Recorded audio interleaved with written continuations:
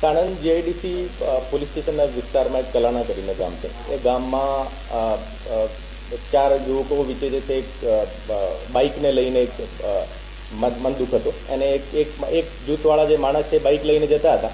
બીજા જૂથવાળાને કીધું તું મારે સામે કેમ જોવે છે.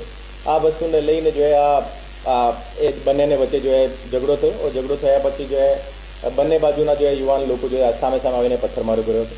એને આધારે જો સામે સામે ફરિયાદ દાખલ થયેલી છે અને અત્યારે જો ગામમાં કોમ્બિંગ ચાલુ છે. હું પણ ત્યાં વિઝિટ કરીને આવ્યો છું અને મારા ડીવાયએસપી, એલસીબી, એસઓજી અને સાણંદ જીઆઈડીસી અને સાણંદ ટાઉન અને બોપલ પોલીસ સ્ટેશનની ટીમ ત્યાં હાજર છે. અત્યારે કન્ટિન્યુઅસ બંદોબસ્ત ચાલુ છે. ગામમાં ખરેખર શાંતિ છે. એક પણ અત્યારે કોઈ વિષય નથી અને અત્યારે જે લોકો જે શંકાસ્પદ છે એવા લગભગ 30 લોકોને અમે ઉપાડેલા છે. એની પૂછપરછ અત્યારે ચાલુ છે. જેની સંડોવણી હોય એને એક પણ છોડવામાં આવશે નહીં અને ગામમાં ખરેખર અત્યારે શાંતિ છે.